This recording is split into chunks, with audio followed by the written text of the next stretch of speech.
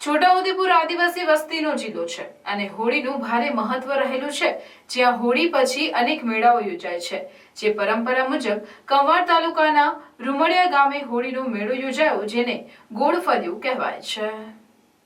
આ મેળામાં એક આસ્થાની સાથે પોતાના જીવના જોખમે અદ્ભુત, અલૌકિક, ભીષણ અને આશ્ચર્યજનક પરંપરાને નિભાવતા આદિવાસીઓ જોવા મળ્યા હતા। વર્ષોથી ચાલતી આ પરંપરામાં એક વૃક્ષના થડના સ્તંભ ઉપર એક આડા લાકડાના એક છેડે બાંધેલ દોરડા પર માણસ લટકે છે અને બીજા છેડેથી 8-10 માણસો મધ્ય બિંદુએથી ધક્કો મારી વર્તુળની આસપાસ ચકડ અને ઝડપથી ફેરવે છે। પોતાના ઇષ્ટ દેવતાને રીઝવવા તેમજ પરિપૂર્ણ થયેલ બાધાઓ માટે આભાર વ્યક્ત કરવા આ ખાસ પ્રકારની ગોળફર્યું પ્રક્રિયા કરવામાં આવે છે। સાથે સાથે ભૂવાની પરીક્ષા માટે પણ ભૂવા એક તરફ લટકી ગોળ ફરવું પડે છે। આદિવાસીઓની કોઈ પણ પ્રકારની મુશ્કેલી પડે તો તેઓ માનતા રાખતા હોય છે અને માનતા પૂર્ણ કરવા આ ગોળફર્યું પ્રક્રિયા કરવામાં આવે છે। લોકોનું માનવે તો જો આ પ્રક્રિયા ના કરે તો ગામમાં કોઈ બીમારી, આફત કે દુષ્કાળ આવે છે। એટલે આમ તો અહીં ગામ સિવાય આસપાસના લોકો મોટી સંખ્યામાં ઢોલ નગારા સાથે ઉમટી પડ્યા હતા।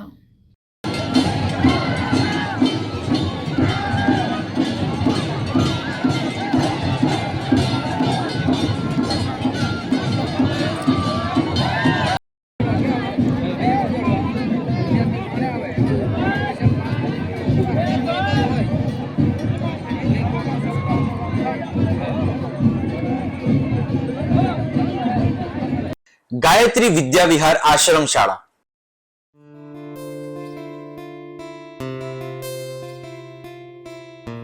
અપગ્રેડેડ માધ્યમિક તથા ઉચ્ચતર માધ્યમિક આશ્રમ શાળા ધોરણ 1 થી 10 તથા 11-12 આર્ટ્સ।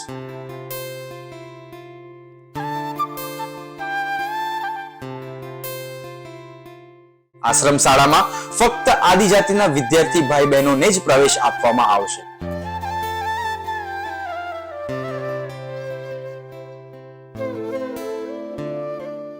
આશ્રમ શાળામાં રહેવા, જમવા તથા નાસ્તાની ઉત્તમ સુવિધા સાથે આધુનિક ટેકનોલોજી આધારિત ધોરણ 1 થી 12 માં અભ્યાસ કરવામાં આવે છે।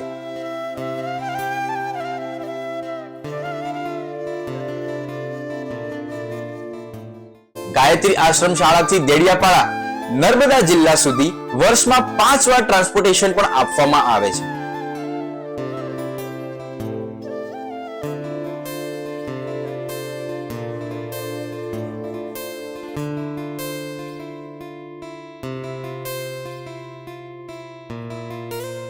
વિદ્યાર્થીઓ જીવનના દરેક ક્ષેત્રમાં સફળતા પ્રાપ્ત કરે તે હેતુથી આશ્રમ શાળા આપ સૌના બાળકો માટે જ્ઞાન ગંગોત્રી બની બાળકના વ્યક્તિત્વ વિકાસનો આધાર સ્તંભ નિશંક બની રહેશે।